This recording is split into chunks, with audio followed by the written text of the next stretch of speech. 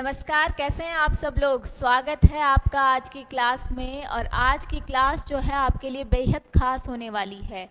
मेवाड़ का कल एक पार्ट हमने पढ़ लिया था जिसमें हमने गुहिल वंश के बारे में चर्चा की थी, और आज भी हम पढ़ने वाले हैं मेवाड़ वंश के ही बारे में। तो मेवाड़ वंश की क्लासेस को हम कंटिन्यू करेंगे और इस पूरे मेवाड़ वंश को आपके सामने रखेंगे। लेकिन आपको भी एक काम करना है, हमसे जुड़े रहना है यूट्यूब के इस प्लेटफॉर्म के साथ, ताकि आप भी लाभ ले सकें इन सभी कक्षाओं का और अपनी परीक्षा में आप उत्तीर्ण हो सकें। तो चलिए आज की क्लास को स्टार्ट करेंगे। लेकिन क्लास को स्टार्ट करने से पहले मैं आपको छोटी सी इन्फॉर्मेशन देना चाहूँगी हमारे कोर्सेज़ के बारे में। तो गीतांजलि आईएएस एकेडमी जो है आप सभी विद्यार्थियों के लिए जो सिविल सेवा की तैयारी कर रहे हैं, अपने कोर्सेज़ को लॉन्च कर दिया है गीतांजलि एकेडमी ने। तो अब आप ऑनलाइन और ऑफलाइन दोनों ही मोड्स पर गीतांजलि की सर्वश्रेष्ठ फैकल्टी के साथ अपने कोर्स की तैयारी कर सकते हैं। अगर आप चाहते हैं लाइब्रेरियन की तैयारी करना, तो गीतांजलि की ब्रांच विद्यांजलि के साथ आप अपना कोर्स स्टार्ट कर सकते हैं। तो चलिए अब हमारी क्लास को हम आगे बढ़ाते हैं। और क्लास को आगे बढ़ाने से पहले आप सभी इस क्लास को शेयर कर दीजिए अपने सभी फ्रेंड्स के साथ, सभी ग्रुप्स में। तो चलिए क्लास का पहला क्वेश्चन देखते हैं हम।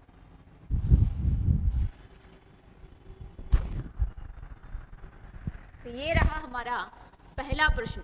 महाराणा कुंभा द्वारा रचित पुस्तक रसिक प्रिया में मेवाड़ के किस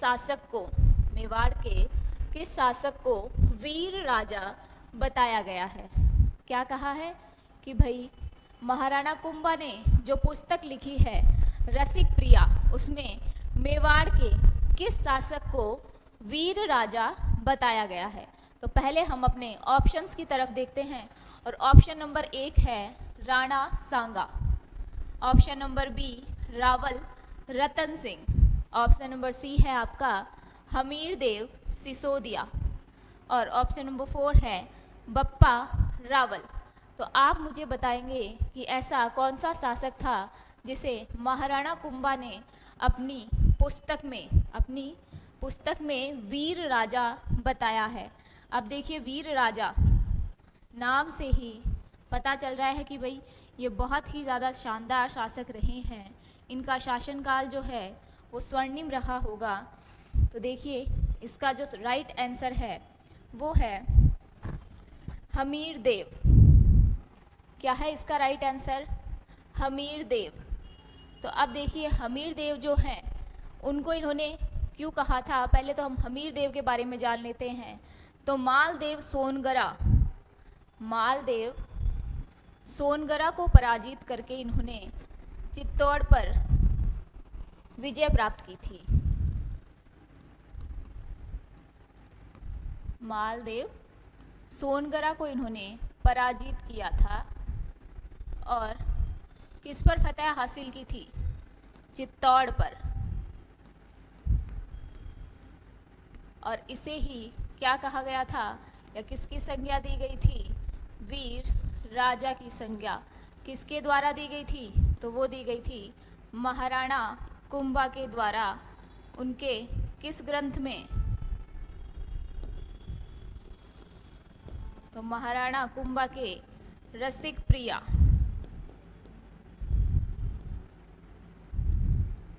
इसमें उन्हें किस नाम से पुकारा गया है या कौन सी संज्ञा दी गई है?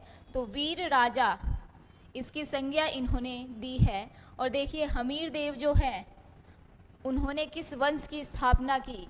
तो हमीर देव जो है इन्होंने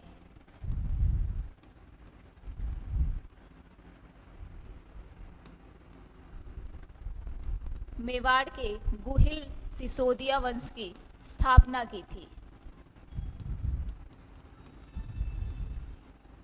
किस वंश की? गुहिल सिसोदिया वंश की। तो अब प्रश्न ये भी आ सकता है कि गुहिल सिसोदिया वंश के जो संस्थापक हैं या इसकी स्थापना किसने की है? तो आपके पास आंसर क्या होगा? हमीर देव। हमीर देव ने गुहिल की सिसोदिया शाखा की स्थापना की थी। ठीक है। हमीर से पूर्व चित्तौड़ के शासक रावल थे। कौन थे? रावल थे। अब देखिए, मैंने कल भी बताया था जब हम गुहिल वंश के बारे में पढ़ रहे थे कि सिसोदिया वंश से पूर्व मेवाड़ पर कौन शासन कर रहा था, तो वो कर रहे थे गुहिल वंश के ही शाखा के राजा रावल, यानी रावल वंश जो है वो कर रहा था, पहले शासक रावल वंश के थे। और रावल वंश की शाखा का अंत किस शासक के समय हुआ था, तो ये भी मैंने आपको बताया था कि रावल वंश के जो अंतिम शासक हैं वो कौन थे, रावल रतन सिंह।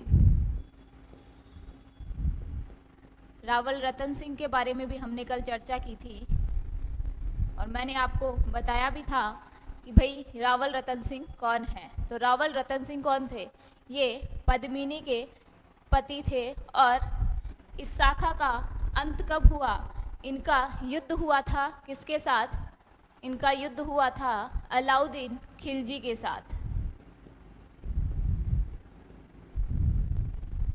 तो जब अलाउद्दीन खिलजी के साथ इनका युद्ध हुआ था, तब उस युद्ध में इनकी पराजय हो गई थी, या यूं कहे इनका केसरिया हो गया था।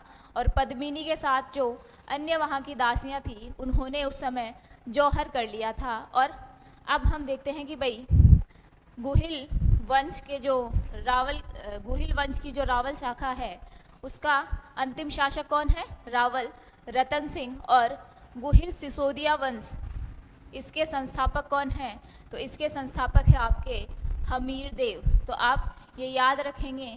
तो ऑप्शन देखते हैं हमारे प्रश्न के। ये देखिए, हमीर देव सिसोदिया, इनके बारे में हमने जान लिया है और ऑप्शन नंबर सी आपके इस प्रश्न का सही उत्तर है।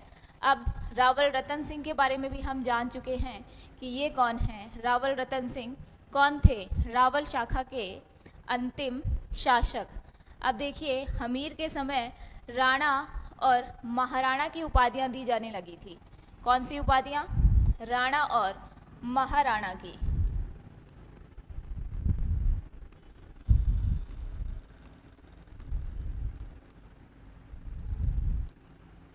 ये उपाधियां किसके समय दी जाने लगी थी, तो ये उपाधियां हमीर देव के समय दी जाने लगी थी। और हमीर देव जो हैं महाराणा की उपाधि धारण करने वाले प्रथम शासक थे। कौन थे, तो महाराणा की उपाधि ग्रहण करने वाले प्रथम शासक कौन थे,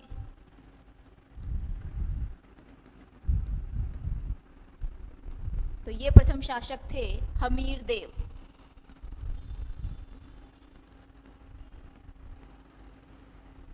ठीक है, अब आप ये चीज़ याद रखेंगे कि प्रथम महाराणा, इसकी उपाधि धारण करने वाले कौन थे, तो वो थे महाराणा हमीर देव। ठीक है, अब कर्नल टोड ने हमीर देव को अपने समय का प्रबल हिंदू राजा माना है। किसने, कर्नल जेम्स टोड ने। अब कर्नल जेम्स टोड के बारे में भी हमने पढ़ा है। कौन है ये, तो कर्नल जेम्स टोड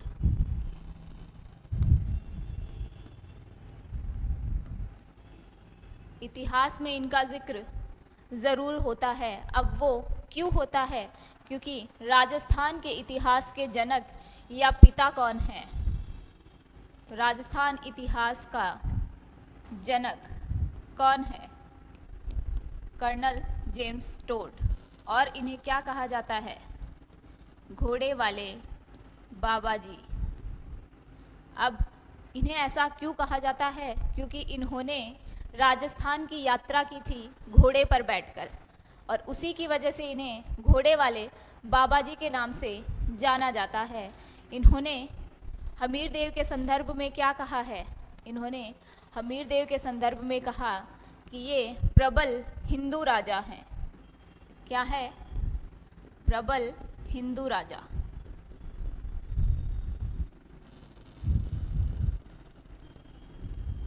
किसके संदर्भ में ये कहा गया है, हमीर देव के संदर्भ में। हमीर देव के लिए कर्नल जेम्स टोड ने ये कथन कहा है कि वो शासन करने वाले हिंदू प्रबल हिंदू राजा हैं। अब देखिए, हमीर देव को मेवाड़ में क्या कहा जाता था, इसे मेवाड़ का उद्धारक व मेवाड़ में छापा मार पद्धति का, छापा मार कौन सी पद्धति होती है ये? मेवाड़ का उद्धारक,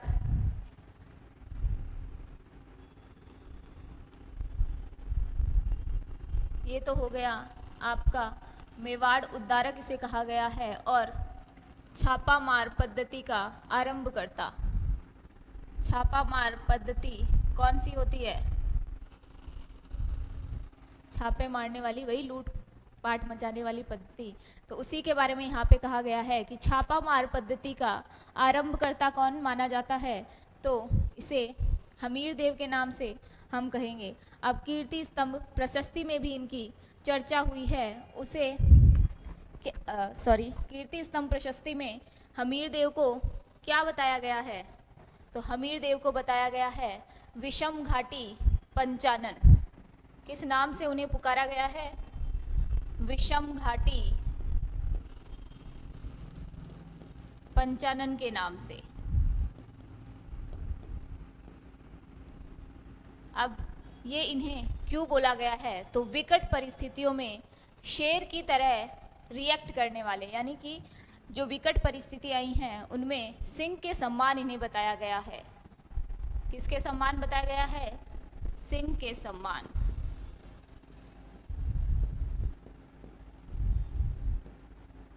तो ये भी आप याद रखेंगे, ठीक है। विषम घाटी पंचानन, ठीक है। कीर्ति स्तंभ,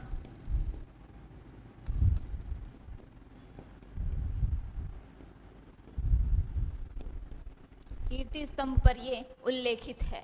तो आपके इस प्रश्न का सही उत्तर कौन सा हो गया? ऑप्शन नंबर सी, हमीर देव सिसोदिया। अब देखिए बप्पा रावल के बारे में जानते हैं। तो गुहिल वंश का वास्तविक संस्थापक कौन है? बप्पा रावल गुहिल वंश के वास्तविक संस्थापक हैं।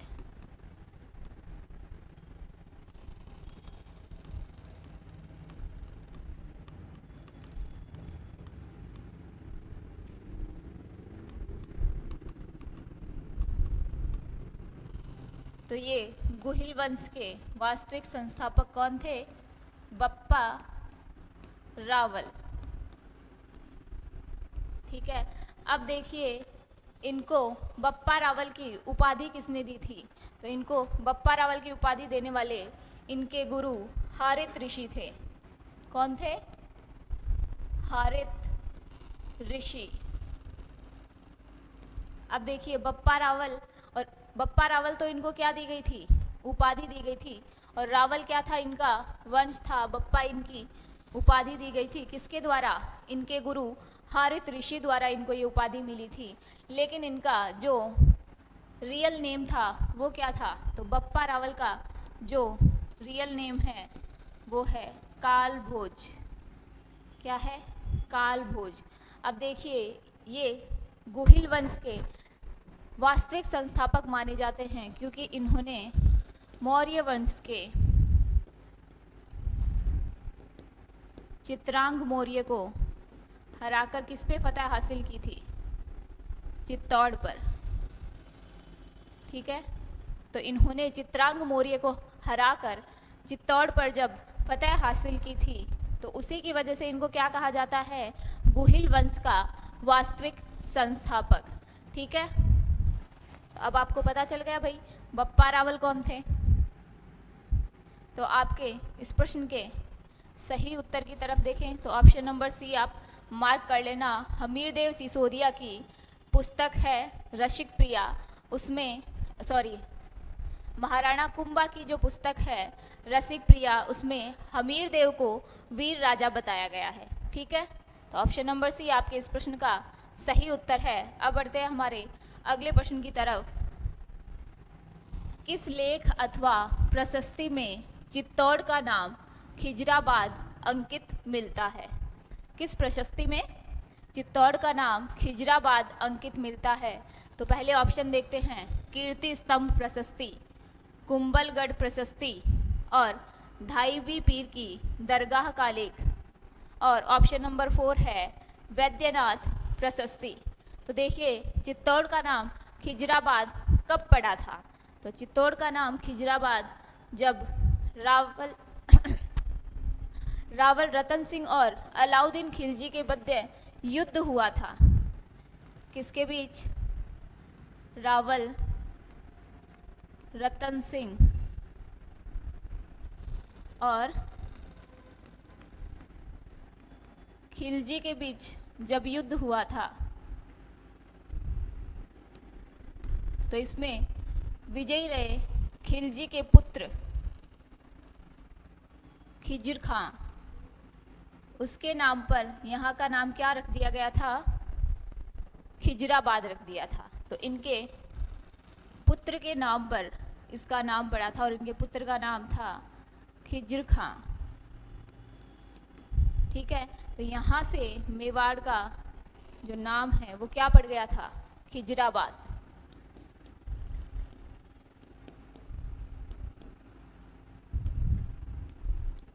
ठीक है, तो अब आपको पता चल गया भाई कि ये खिजराबाद नाम क्यों पड़ा था। तो इन्होंने यहाँ पर युद्ध जब रावल रतन सिंह को पराजित कर दिया था और अपने बेटे का नाम उन्होंने उस पर्टिकुलर जगह को दे दिया था कि भाई अब मेरे बेटे को यहाँ का शासक मैं बना रहा हूँ, तो ये जो जहाँ शासन कर रहा है वहाँ का नाम भी इसी के नाम पर होना चाहिए। तो खिजराबाद चित्तौड़ का नाम इसीलिए रखा गया क्योंकि उसके बेटे का नाम क्या था? खिज्र खां, और वही वहाँ का शासन संभाल रहा था। ठीक है, तो इसका जो उल्लेख है वो किस प्रशस्ति या लेख में मिलता है? तो धाई बी पीर की दरगाह का लेख। कौन सा? धाई बी पीर की दरगाह का लेख में इसका उल्लेख मिलता है कि चित्तौड़ का नाम खिजराबाद हुआ था। ठीक है, अब हम हमारे अगले क्वेश्चन की तरफ बढ़ते हैं। झोटिंग भट्ट और धनेश्वर भट्ट किस शासक के दरबारी विद्वान थे? किसके बारे में बोला गया है? झोटिंग भट्ट और धनेश्वर भट्ट किस शासक के दरबारी विद्वान थे? पहला ऑप्शन देखिए, महाराणा मोकल, महाराणा लाखा, महाराणा कुंभा और कुंवर चुंडा। तो ये किसके दरबारी विद्वान थे ये हमसे पूछा गया है। अब देखिए एक बार प्रश्न को वापस पढ़ लीजिए कि ये झोटिंग भट्ट और धनेश्वर भट्ट किस शासक के दरबारी विद्वान थे? ऑप्शन है महाराणा मोकल, महाराणा लाखा, महाराणा कुंभा और कुंवर चुंडा। तो आपका जो राइट आंसर है वो है महाराणा लाखा। महाराणा लाखा के दरबार में ये दोनों विद्वान थे। ठीक है, अब देखिए महाराणा लाखा जो है इनके शासनकाल की बात करें तो महाराणा लाखा के शासनकाल में जावर में चांदी की खान निकली थी। कहाँ पर? हम किसकी बात कर रहे हैं? महाराणा लाखा की। ठीक है, तो इनके शासनकाल में क्या निकली थी? जावर में चांदी की खान निकली थी। अब चांदी की खानें यहाँ से निकलने से क्या हुआ? चांदी की खान यहाँ पर मिली तो उससे देखिए राज्य की आय एवं समृद्धि में वृद्धि हुई। किस किस में वृद्धि होती है? अगर किसी देश, अब जैसे हम हाल फिलहाल की बात करें तो अगर हमारे देश का बजट है वो हाई रहता है तो उससे क्या आपको फील होगा कि भाई अब देश जो है वो जो सुविधाएं हैं उन पर ज़्यादा खर्च कर रहा है। तो मतलब हमारे पास क्या होगा? हमारी जो दिनचर्या है वो बेहतर बनने में क्या हो जाएगा? बेहतर बनने लगे कि भाई अगर ज़्यादा पैसे हम कहीं इन्वेस्ट कर रहे हैं तो दैनिक सुख सुविधाएं जो हैं वो हमें आसानी से मिल पाएंगी। तो उसी तरीके से यहाँ पर हुआ, जब जावर में चांदी की खानें मिल गई तो यहाँ से क्या हुआ? राज्य की आय और समृद्धि में वृद्धि हो गई।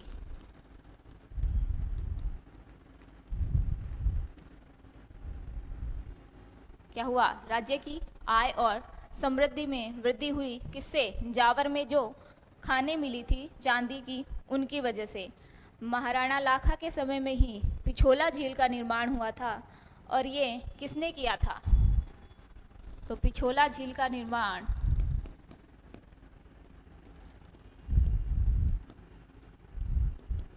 महाराणा लाखा के समय एक बंजारे ने किया था और उस बंजारे का नाम क्या था? तो उस बंजारे का नाम था शीतर। तो शीतर ने पिछोला झील का निर्माण किया था किसके शासनकाल में? तो इन्होंने किया था महाराणा लाखा के शासनकाल में। और पिछोला झील कहाँ पर है? तो ये है उदयपुर में। कहाँ पर? उदयपुर में पिछोला झील का निर्माण किया था चित्र नाम के एक बंजारे ने। अब देखिए, हम देखते हैं मारवाड़ और मेवाड़ के जो आपको ऑप्शन में नाम दिए गए हैं उनके बारे में। तो देखिए, मारवाड़ और मेवाड़ के जो शासक रहे हैं आपके इस प्रश्न में उन सभी का नाम दिया गया है। तो हम उन सब के बारे में थोड़ा थोड़ा जान लेते हैं।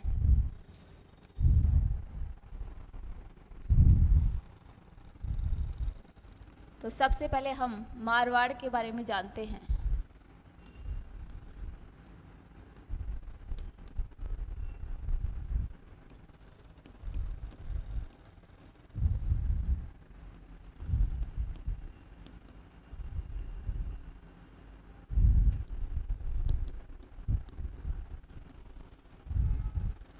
तो देखिए, यहाँ के जो शासक थे वो कौन थे? यहाँ के शासक थे चूड़ा राठौड़। क्या थे? चूड़ा राठौड़ यहाँ के शासक थे। और उनके पुत्र थे कान्हा और रणमल राठौड़, और उनकी पुत्री का नाम था हंसा बाई। अब इसी समय मेवाड़ के शासक कौन थे? तो मेवाड़ के शासक थे लाखा, महाराणा लाखा। कौन थे मेवाड़ के शासक इस समय? तो मेवाड़ के बारे में भी हम जान लेते हैं। इस समय मेवाड़ के शासक थे महाराणा लाखा। और अगर हम इनकी संतानों के बारे में बात करें तो इनकी संतानों में नाम था चूड़ा या चुंडा भी इसे कहा जाता है, सिसोदिया और राघव सिसोदिया। तो ये इनके दो पुत्र थे। अब देखिए, इस समय रणमल राठौड़ जो थे वो मेवाड़ में काम करने के लिए चले गए भाई। अब एक स्टोरी जैसा आप सुन लीजिए कि रणमल राठौड़ जो हैं वो कहाँ पे काम करने चले गए? मेवाड़ के दरबार में वो काम करने लग गए। और उन्होंने अपनी बहन हंसाबाई का रिश्ता किसके लिए देखा? चूड़ा या चुंडा सिसोदिया के लिए। और उन्होंने महाराणा लाखा को बताया कि मैं आपके लिए रिश्ता लेकर आया हूँ अपनी बहन का। अब इस बात को उन्होंने किस तरीके से समझा?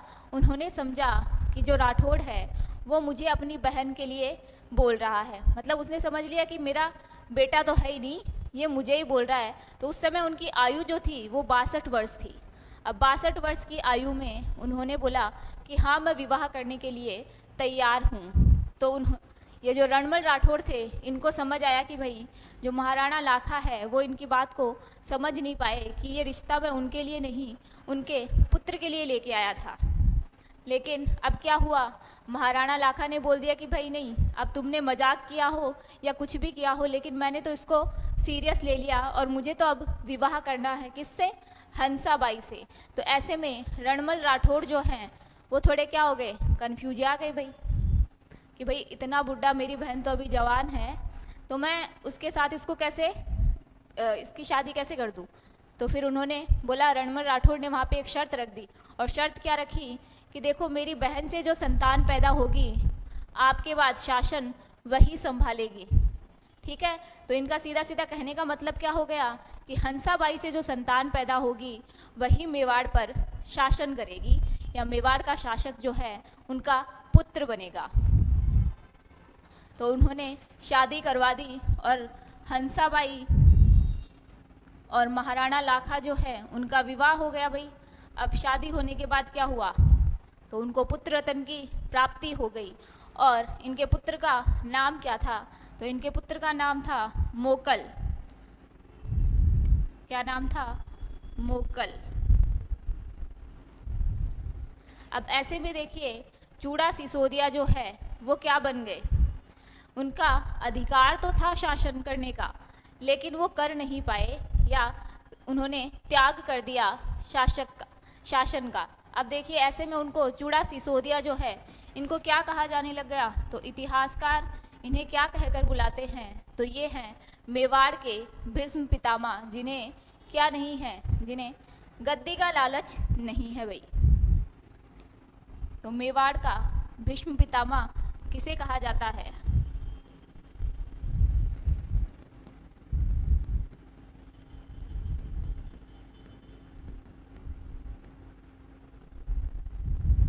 तो मेवाड़ के भीष्म पितामह कौन है?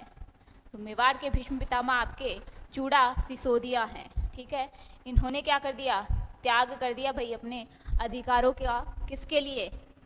अपने पिता की खुशी के लिए, यूं समझ लीजिए भाई कि उनके शादी की मन में आ गई थी, उम्र तो देखो उनके बेटे की हो रही थी, लेकिन क्या करें, अब पिता ने बोल दिया कि भाई मैं तो करूंगा शादी, तो फिर क्या करें। अब शर्त भी ऐसी रख दी भाई रणमल राठौड़ ने कि उसको मानना ही पड़ा। तो उन्होंने त्याग कर दिया अपने अधिकारों का, और क्या उपाधि उनको दी गई उनके इस त्याग पर, तो उन्हें कहा गया मेवाड़ का भीष्म पितामह। ठीक है, अब देखिए आप ये सारी चीज़ें याद रखेंगे क्योंकि एग्ज़ाम में जो है इन्हीं से क्वेश्चन बनते हैं। ठीक है, अब देखिए बूंदी के जो नकली दुर्ग की कथा आपने सुनी है, बूंदी के नकली दुर्ग की, ये भी किस समय की है? ये भी महाराणा लाखा के समय इसका मतलब महाराणा लाखा के समय ही ये घटना जो है उनसे जुड़ी हुई है। अब देखिए हम बात करते हैं अगले प्रश्न की। तो देखिए अगले प्रश्न पर बढ़ने से पहले आप इसका सही उत्तर देख लीजिए, क्या है? महाराणा लाखा। ठीक है, तो ऑप्शन नंबर बी आपके इस प्रश्न का सही उत्तर है। अब बढ़ते हैं हम हमारे अगले क्वेश्चन की तरफ। देखिए प्रश्न जो है वो सभी बहुत इंपॉर्टेंट है। अगर आप एग्जाम की दृष्टि से इनको देखेंगे तो आपको प्रश्न का जो लेवल है वो समझ आएगा। तो जब भी आप प्रश्न पढ़ रहे हैं एक बार ज़रूर यूटिलाइज करें अपने नॉलेज को कि क्या मैंने ऐसे प्रश्न पहली बार देखे हैं या फिर मैं इनको बार बार देख चुका हूँ। तो आपका जो आंसर होगा, मैं बोल सकती हूँ कि आपने ये प्रश्न जो है वो पहली बार देखे हुए। लेकिन आप याद रखिए ये अगर प्रश्न आप पढ़ लेते हैं तो इस एक प्रश्न में आपके न जाने कितने प्रश्न हल हो रहे हैं। तो आप बिना स्किप करे इस वीडियो को देखेंगे और इसको सभी अपने दोस्तों के साथ शेयर कर दीजिए, क्योंकि देखिए पढ़ाई जैसी अच्छी चीज़ को बांटना कोई बुरी चीज़ नहीं है, क्योंकि आप सबसे सब कुछ सीख सकते हैं, लेकिन विद्या का जो दिया हुआ ज्ञान है वो आप किसी से छीन नहीं सकते। तो अगर किसी को कुछ दे रहे हो तो कुछ अच्छा यानी विद्या का ये ज्ञान आप उनको बांट सकते हैं। तो चलिए अब हमारे प्रश्न की तरफ बढ़ते हैं हम। किस लेख या प्रशस्ति में यह उल्लेख मिलता है कि महाराणा कुंभा ने सारंगपुर के युद्ध में मालवा के सुल्तान महमूद खिलजी को मालवा के सुल्तान महमूद खिलजी को परास्त करके यानी कि उनको हरा कर 6 माह तक मेवाड़ कैद करके रखा और फिर क्या किया? रिहा कर दिया। तो ये किस प्रशस्ति में लिखा है कि भाई इन्होंने पहले तो उसको हरा दिया और फिर उसको 6 महीने तक कहाँ बंद रखा?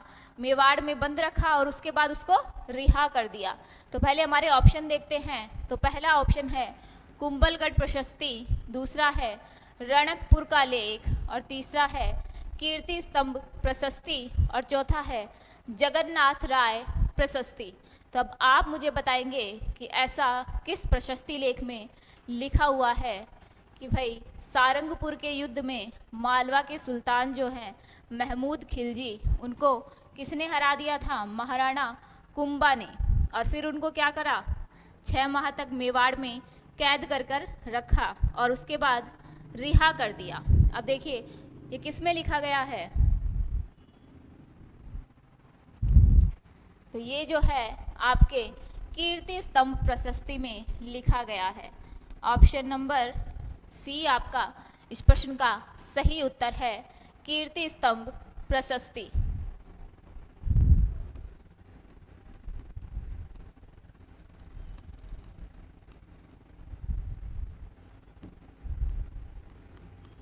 इसमें ये उल्लेख मिलता है कि इन्होंने मालवा के सुल्तान को हरा दिया महमूद जो हैं उनको हराया पहले तो, और उसके बाद उनको 6 महीने तक कैद भी रखा, ना उनको मृत्यु की सज़ा दी ना कुछ और किया, मतलब कोई टॉर्चर ही नहीं किया, बस 6 महीने तक कैद करके रख लिया और उसके बाद क्या कर दिया कि चल भाई जी ले अपनी ज़िंदगी। ठीक है, तो 6 महीने बाद इन्होंने क्या कर दिया, उसको रिहा कर दिया। अब देखिए ये कीर्ति स्तंभ प्रशस्ति जो है इसमें महाराणा कुंभा की अन्य उपलब्धियों का भी वर्णन मिलता है, यानी कि ये जो संपूर्ण महाराणा कुंभा की उपलब्धियों के बारे में लिखा हुआ है।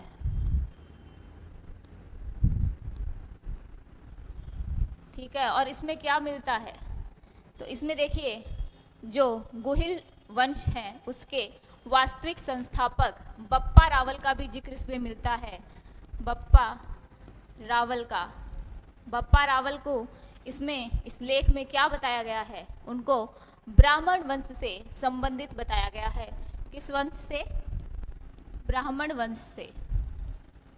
तो बप्पा रावल का संबंध इस प्रशस्ति लेख में ब्राह्मण वंश से है।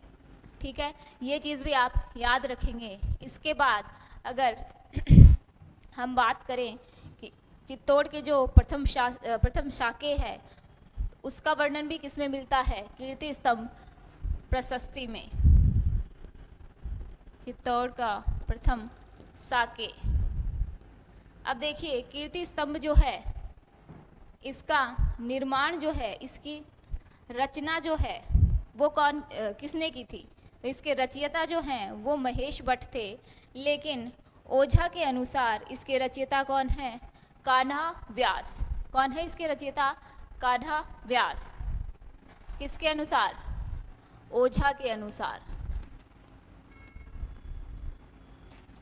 इसके रचयिता कान्हा व्यास हैं, और वैसे कौन है, महेश भट्ट।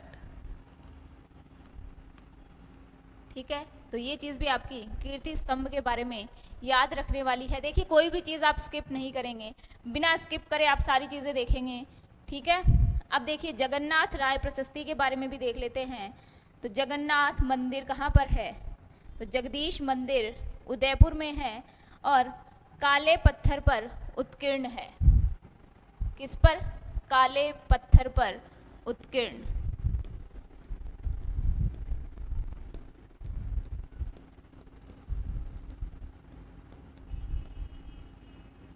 जगदीश मंदिर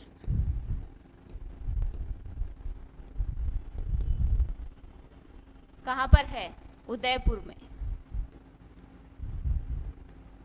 जगन्नाथ राय प्रशस्ति उसमें इसका उल्लेख मिलता है।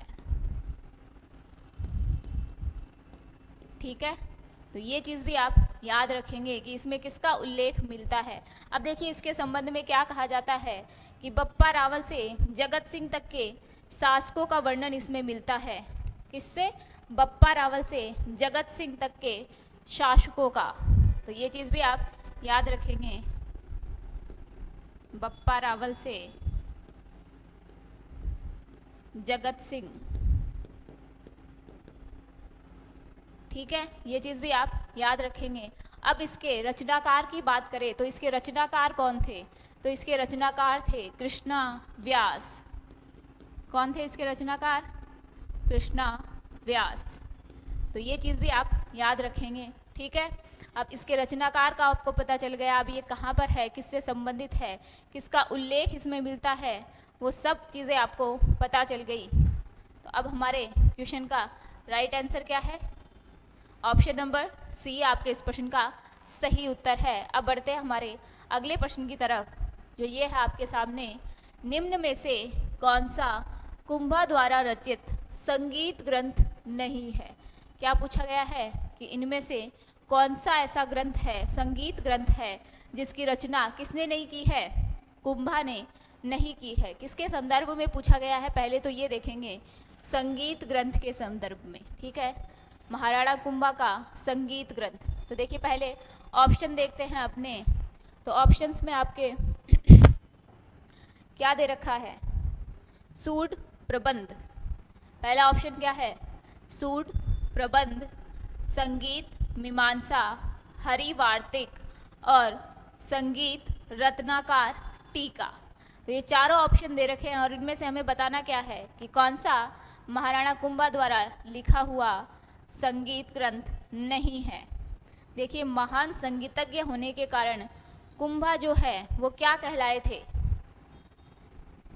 महान संगीतज्ञ होने के कारण महाराणा कुंभा क्या कहलाए थे?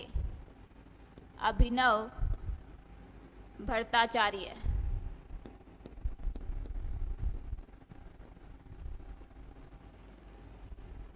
ये किसका नाम था?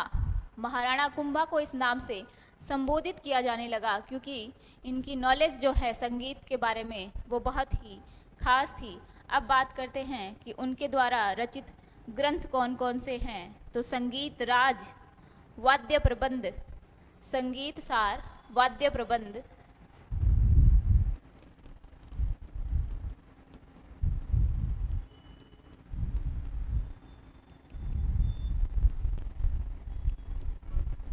और इसके अलावा जो आपके ऑप्शंस में दे रखे हैं उनमें शूड प्रबंध, संगीत मीमांसा और संगीत रत्नाकर टीका, ये सभी रचनाएं किसकी है? महाराणा कुंभा की ये रचनाएं हैं। और अब किसकी बात हो रही है कि संगीत ग्रंथ कौन सा नहीं है? तो हरिवार्तिक, ये इनका संगीत ग्रंथ नहीं है, ये इनके अन्य ग्रंथों में आता है। तो ये आपका ऑप्शन नंबर 3 जो है इस प्रश्न के लिए सही उत्तर हो जाएगा क्योंकि ये उनके संगीत ग्रंथों में नहीं है। अब बढ़ते हैं हमारे अगले प्रश्न की तरफ। तो हमारा अगला प्रश्न ये रहा आपके सामने, निम्नांकित कथनों पर विचार कीजिए। क्या बोला है प्रश्न में कि निम्न कथनों पर विचार करके देखिए। तो ठीक है, विचार कर लेंगे, पहले कथन पढ़ते हैं। कथन क्या दे रखा है? कुंभा द्वारा चित्तौड़ दुर्ग में 9 द्वार व विशाल परकोटा बनवाया। तो कुंभा ने किसका निर्माण करवाया? कुंभा ने 9 द्वार और विशाल परकोटे का निर्माण करवाया चित्तौड़ दुर्ग में। अब देखिए, कथन नंबर 2 है, कुंभा का काल मेवाड़ का सांस्कृतिक स्वर्ण काल माना जाता है। कौन सा? सांस्कृतिक स्वर्ण काल। ठीक है, अब कुंभा का जो काल है वो कैसा काल माना गया है इस प्रश्न के अकॉर्डिंग? तो सांस्कृतिक स्वर्ण काल। और आपका जो कथन नंबर 1 है उसके अकॉर्डिंग क्या है कि इन्होंने चित्तौड़ के जो दुर्ग में 9 द्वार बनवाए हैं और विशाल परकोटे का निर्माण किसने करवाया है? महाराणा कुंभा ने। अब प्रश्न देख लिया हमने, कथन पढ़ लिए, अब उत्तर की तरफ देखें तो ये बात बिल्कुल सत्य है कि चित्तौड़ दुर्ग में उन्होंने द्वार बनवाए हैं व विशाल परकोटा बनवाया है। लेकिन उन्होंने कितने द्वार बनाए हैं? उन्होंने 7 विशाल द्वार बनाए थे।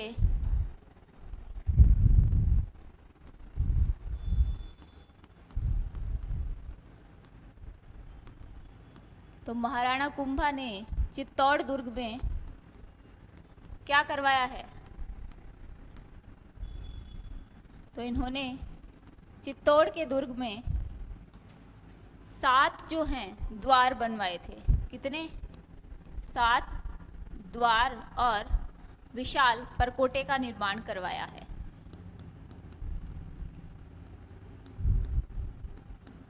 और हमारे प्रश्न में ये संख्या कितनी दे रखी है? तो हमारे प्रश्न के अकॉर्डिंग यहाँ पर इन्होंने 9 द्वार बनवाए हैं, जो कि बिल्कुल गलत है। क्योंकि सही क्या है कि इन्होंने 7 ही द्वारों का निर्माण करवाया है। विशाल परकोटा के संदर्भ में ये कथन बिल्कुल सही है, लेकिन द्वार के संदर्भ में इन्होंने गलत लिखा है। तो जो ऑप्शन नंबर 2 है उसके बारे में भी बात कर लेते हैं। तो साहित्य, स्थापत्य, संगीत और चित्रकला से बहुमुखी विकास के कारण कुंभा का जो काल है वो सांस्कृतिक स्वर्ण काल माना जाता है। किन किन की बात की है मैंने? स्थापत्य, संगीत, साहित्य, चित्रकला।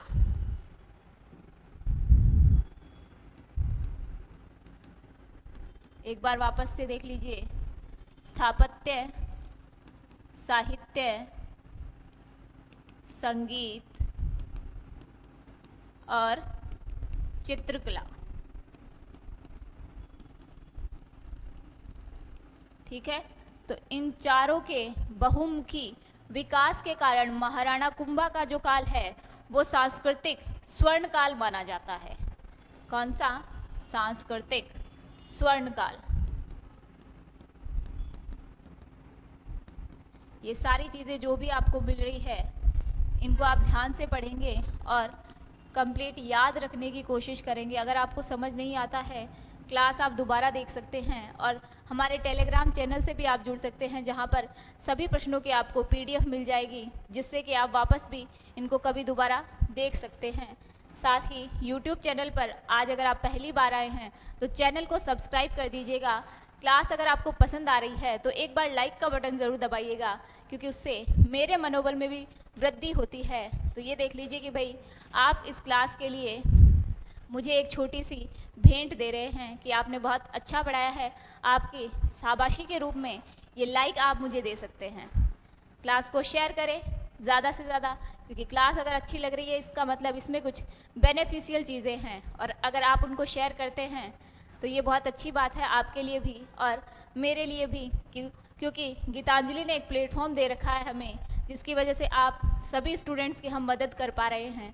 तो देखिए ये बहुत ही अच्छी बात है अगर आप किसी को अपने ज्ञान का जो भंडार है वो शेयर करते हैं, तो इसमें कोई बुराई वाली बात नहीं है। देखिए दवा और दुआ दोनों ही असर करती हैं, और अगर आप किसी को ये क्लास शेयर कर रहे हैं और अगर उनका सिलेक्शन हो जाता है तो सिलेक्शन में क्या मिलेगा? आपको दुआएं मिलेंगी, और दुआएं किस रूप में आएंगी कि तू भी नौकरी लग जा। अगर आप पहले से लगे हुए हैं तो प्रमोशन की दुआएं आएंगी, ठीक है। स्वास्थ्य और ये सारी जो दवा और दुआएं हैं ये तो हम लेते ही रहते हैं, क्योंकि इतने अच्छे काम तो हम करते ही हैं। तो चलिए अब हमें पता चल गया कि महाराणा कुंभा का जो काल है वो सांस्कृतिक स्वर्ण काल क्यों कहा जाता था, ठीक है। तो हमारे प्रश्न की तरफ हम बढ़ते हैं। तो ये जो कथन है पहला, ये आपका इस छोटी सी जो गलती है 9, इसकी वजह से गलत है। तो कभी कभी आप एग्ज़ाम में ऐसे कंफ्यूज हो जाए कि हाँ द्वार लिखा हुआ है पर कोटा लिखा हुआ है, मतलब ये भी सही है, और नीचे वाला सांस्कृतिक स्वर्णकाल देख लिया तो वो भी सही है। तो ऐसा आपको बिल्कुल भी नहीं करना। आपको कथन एक बार पूरा आराम से ध्यान से पढ़ना है। तो जब आप ध्यान से पढ़ोगे तो ऐसी चीज़ें आपको दिखाई देंगी कि यहाँ पर क्या लिखा हुआ है, ठीक है। तो हमेशा खुद के दिमाग को शांत रखना है और फिर ही आपको एग्ज़ाम में पेपर पर ध्यान देकर उसको सॉल्व करने की कोशिश करनी है। तो यहाँ पर हमारा जो कथन नंबर 2 है वो बिल्कुल सही है, और इस प्रश्न का जो सही उत्तर है वो है ऑप्शन नंबर बी। अब बढ़ते हैं हमारे अगले प्रश्न की तरफ, और हमारा अगला प्रश्न ये रहा आपके सामने। निम्न में से कुंभा द्वारा निर्मित दुर्ग नहीं है। क्या पूछा गया है? महाराणा कुंभा जो है उन्होंने इनमें से किस दुर्ग का निर्माण नहीं करवाया है। देखिए महाराणा कुंभा का जो शासनकाल है वो आपके एग्ज़ाम की दृष्टि से बहुत ही महत्वपूर्ण है, और मेवाड़ के बारे में हम जब बात कर रहे हैं तो मेवाड़ के इतिहास में इनका जो रोल है वो बहुत महत्वपूर्ण है। तो एग्ज़ाम में इनसे प्रश्न बनने की संभावनाएं जो हैं वो बहुत अधिक होती हैं।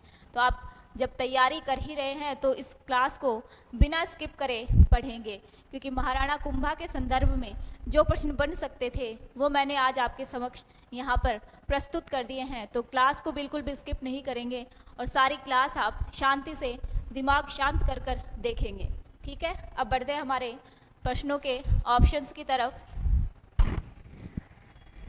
ऑप्शन नंबर 1 जो है उसमें बताया गया है मचान दुर्ग, जो कि राजसमंद में है। कहाँ पर? राजसमंद में।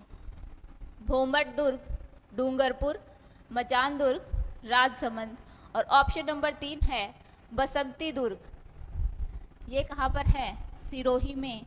और ऑप्शन नंबर 4 है अचलगढ़, ये भी कहाँ पर है? सिरोही में। तो अब हमसे प्रश्न में पूछा गया था कि इनमें से कौन सा दुर्ग है जिसका निर्माण किसने नहीं करवाया था? महाराणा कुंभा ने। तो देखिए अगर हम प्रश्न के सही उत्तर की बात करें तो अचलगढ़ का जो दुर्ग है इसका निर्माण महाराणा कुंभा ने नहीं करवाया था। तो फिर इस अचलगढ़ दुर्ग के संदर्भ में क्या है ऐसा जो महाराणा कुंभा से भी संबंधित है? तो देखिए महाराणा कुंभा ने अचलगढ़ के दुर्ग का जीर्णोद्वार किया था। क्या किया था? जीर्णोद्वार। इन्होंने इसका निर्माण नहीं किया था। ठीक है, मचान दुर्ग का निर्माण महाराणा कुंभा ने ही किया था, भोमट दुर्ग का निर्माण भी इन्होंने ही किया था, और बसंती दुर्ग का निर्माण भी महाराणा कुंभा द्वारा ही किया गया है। तो आपका ऑप्शन नंबर 4 जो है वो इसका सही उत्तर है कि अचलगढ़ के दुर्ग का निर्माण न करवाकर महाराणा कुंभा ने इसका जीर्णोद्धार किया है। ठीक है, अब बढ़ते हैं हमारे अगले प्रश्न की तरफ, और ये रहा अगला प्रश्न आपके सामने। निम्नलिखित में से कौन सा युग्म असंगत है? असंगत का मतलब है जिसकी संगति मेल नहीं खा रही है, यानी कि जो आपको ऑप्शंस दे रखे हैं उनमें देखना है हमें कि कौन किससे मिल रहा है या नहीं मिल रहा है। अब जो नहीं मिल रहा है हम उसको जाने देते हैं, भाई जा अपने रास्ते, लेकिन पहले हम उसको सही दिशा दिखाने की कोशिश करेंगे। तो शैल गुरु इनको कहा गया था किसके बारे में?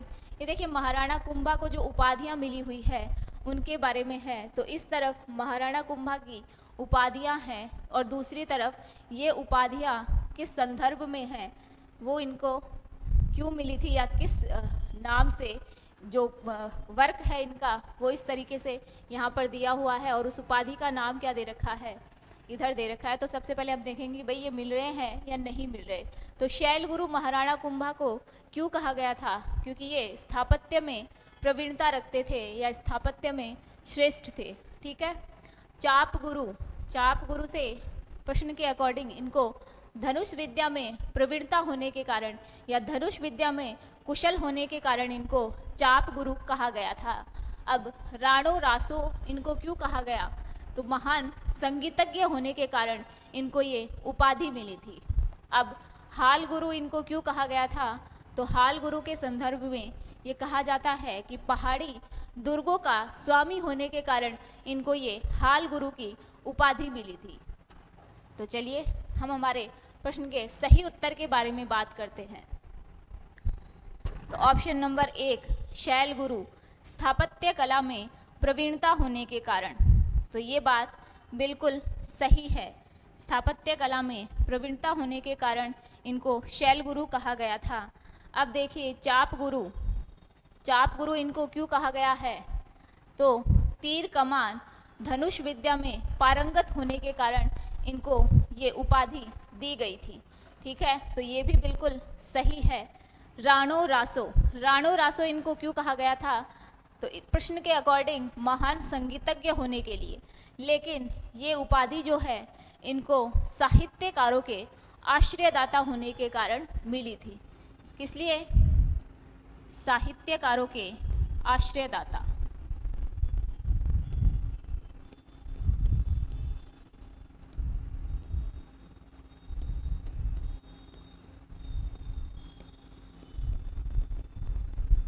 तो ये उपाधि जो है इनको महान संगीतज्ञ होने के कारण नहीं, साहित्यकारों के आश्रयदाता होने के कारण मिली थी। और हाल गुरु जो है वो इनको किस लिए मिली थी? तो हाल गुरु इनको पहाड़ी दुर्ग का स्वामी होने के कारण मिली थी। अब देखिए हम बात करते हैं हमारे इस प्रश्न के सही उत्तर के बारे में। तो देखिए हमारे प्रश्न का सही उत्तर जो है वो ऑप्शन नंबर सी है। राणो रासो जो है इनको किस लिए मिली थी? तो ये देखिए राणो रासो इनको अभिनव भट्टाचार्य जो महान संगीतज्ञ की जो उपाधि है इनको किस लिए मिली थी? और उस उपाधि का नाम क्या था? कि भाई संगीत के विषय में इनकी नॉलेज जो है वो बहुत ही बढ़िया थी, और इन्होंने कई ग्रंथ भी लिखे हैं और अभी हमें पढ़े थे थोड़ी देर पहले। तो महान संगीतज्ञ होने के कारण इनको अभिनव भट्टाचार्य की उपाधि मिली थी।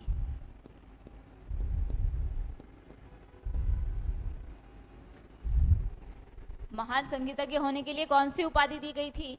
तो महान संगीतज्ञ के लिए इन्हें अभिनव भट्टाचार्य की उपाधि मिली थी। और राणो रासो जो आपके प्रश्न का सही उत्तर है वो किस लिए मिली थी? साहित्यकारों के आश्रयदाता होने के कारण। ठीक है, तो ऑप्शन नंबर सी आपका करेक्ट आंसर हो गया। अब बढ़ते हैं हमारे अगले प्रश्न की तरफ। निम्नांकित में से कौन सा अभिलेख कुंभाकालीन नहीं है? तो पहले हमारे प्रश्नों के उत्तर हमने देखे हैं, उन्हीं से संबंधित हमने पढ़ा था। देखिए इसमें आपके बहुत सी चीज़ें हैं जो रिपीट हो रही हैं, लेकिन आप देखिए अगर रिपीट हो रही हैं मतलब आपको वो याद हो जानी चाहिए। तो जितने भी प्रश्न आपके समक्ष आ रहे हैं उनमें देखिए कुछ ना कुछ तो आपको नया देखने को बिल्कुल मिल रहा है।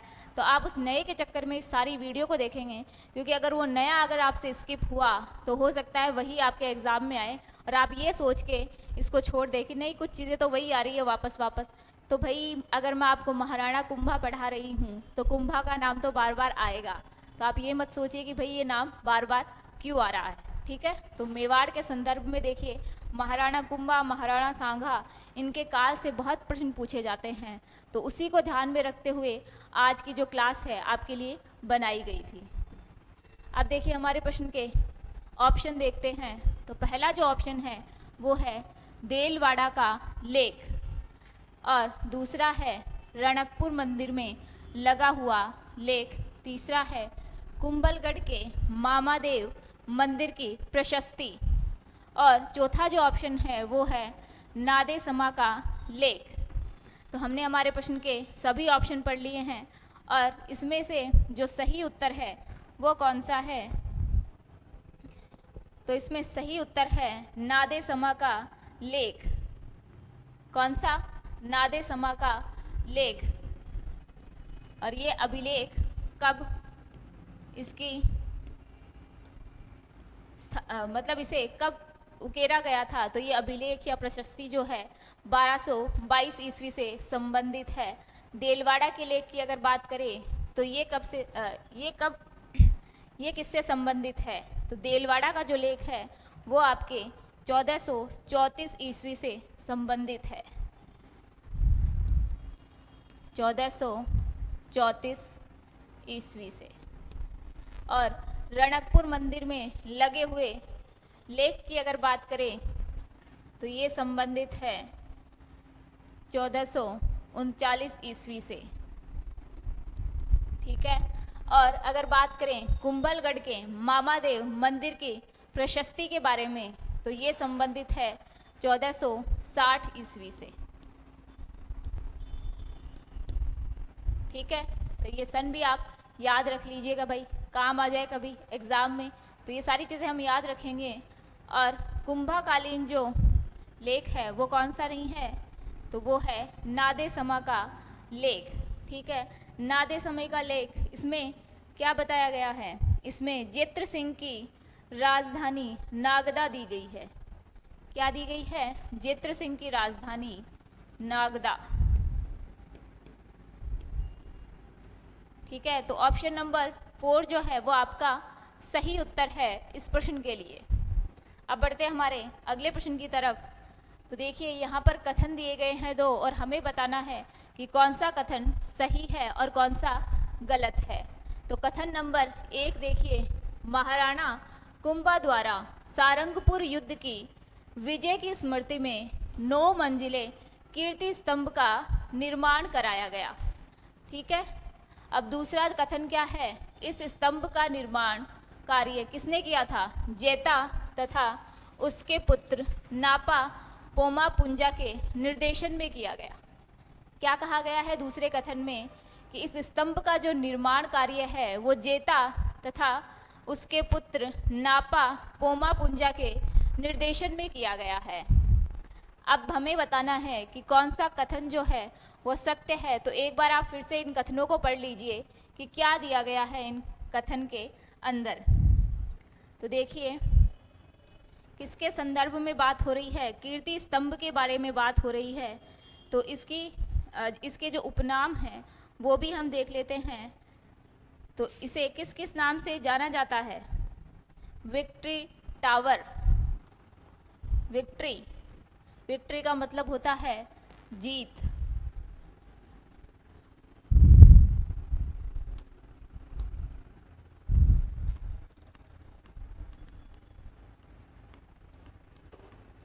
विक्ट्री टावर, विजय स्तंभ,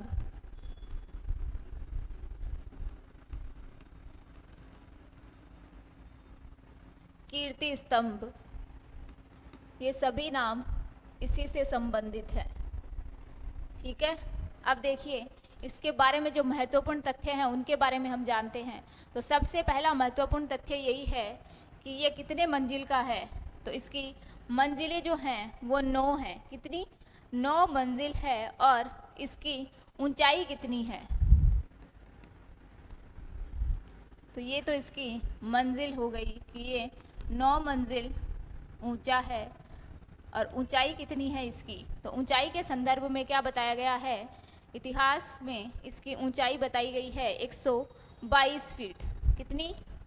122 फीट। और चौड़ाई के संदर्भ में अगर बात करें तो इसकी चौड़ाई जो है वो 30 फीट है। अगर बात करते हैं हम कि इसमें कितनी सीढ़ियां हैं, तो इसमें 157 सीढ़ियां हैं। 157 सीढ़ी। ठीक है, तो ये चीज़ भी आप याद रखेंगे। अब देखिए इस कीर्ति स्तंभ और प्रशस्ति के रचयिता कौन थे? तो इसके रचयिता जो हैं वो है अत्रि व महेश। कौन है इसके रचयिता?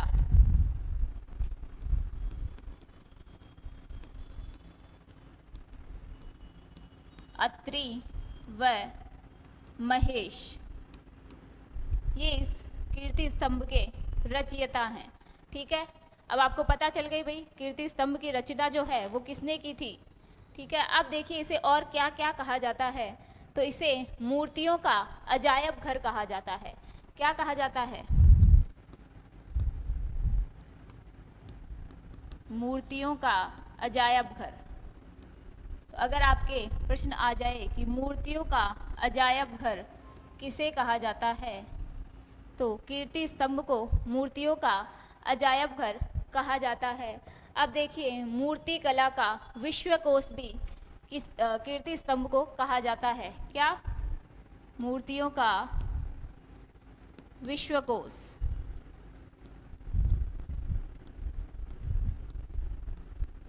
और कर्नल जेम्स टोड ने इसके बारे में क्या कहा है कि ये कुतुब मीनार से भी श्रेष्ठ है।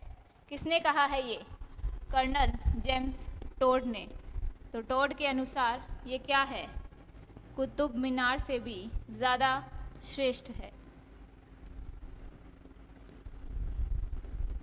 तो ये चीज़ भी आप याद रखेंगे कि किसने इसके बारे में क्या कहा और इसे किस किस नाम से जाना जाता है। फर्ग्यूसन ने इसकी तुलना किससे की थी?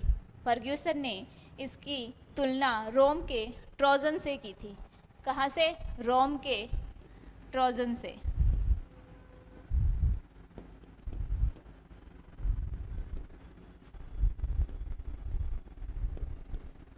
रोम के ट्रोजन से किसकी तुलना की गई है? कीर्ति स्तंभ की। ठीक है, तो आपके इस कीर्ति स्तंभ के बारे में सभी तथ्य जो हैं आप समझ आ गए होंगे कि ये कहाँ पर है। और एक चीज़ आप इसके बारे में और ध्यान रखेंगे कि ये जो कीर्ति स्तंभ है या विजय स्तंभ है ये किसको समर्पित किया गया है? तो ये किया गया है विष्णु को। तो भगवान विष्णु को ये समर्पित किया गया है। किसके द्वारा? महाराणा कुंभा के द्वारा। तो इसी के साथ आज की हमारी ये जो प्रश्नावली है वो हम खत्म करते हैं। और कथनों के बारे में बात करें तो कथन नंबर 2 आपका बिल्कुल सही है। ठीक है, कथन नंबर 2 आपका बिल्कुल सही है। और पहला कथन, सॉरी, ये दोनों ही कथन जो हैं वो आपके सत्य हैं। Option number C. मुझे पहले वाले क्वेश्चन का याद रह गया जहाँ पर हम इस 9 को टारगेट कर रहे थे कि 9 द्वार, तो मुझे 9 मंजिल भी वही दिख गया था। तो दोनों ही कथन जो हैं वो कीर्ति स्तंभ के बारे में बिल्कुल सही है। इसका निर्माण कार्य किसने करवाया है? जेता, उसके पुत्र नापा और पोमा पुंजा ने। और इसके जो मंजिलें हैं वो भी बिल्कुल 9 हैं। सीढ़ियों की बात करें तो 157 हैं। ठीक है, तो ये सारी चीज़ें आपकी क्लियर हो गई है। और आज की प्रश्नावली भी जो है यहीं पे अब समाप्त हो रही है। लेकिन हम फिर से आपसे मिलेंगे नए प्रश्नों के साथ, तो हमारे साथ जुड़े रहिएगा। अगर आप चैनल पर आज पहली बार आए हैं तो इस चैनल को सब्सक्राइब कर दीजिए ताकि जब भी नेक्स्ट क्लास अपलोड हो आपके पास नोटिफिकेशन आ जाए। तो मिलेंगे आपसे जल्द ही। तब तक के लिए आप सभी का तहे दिल से धन्यवाद।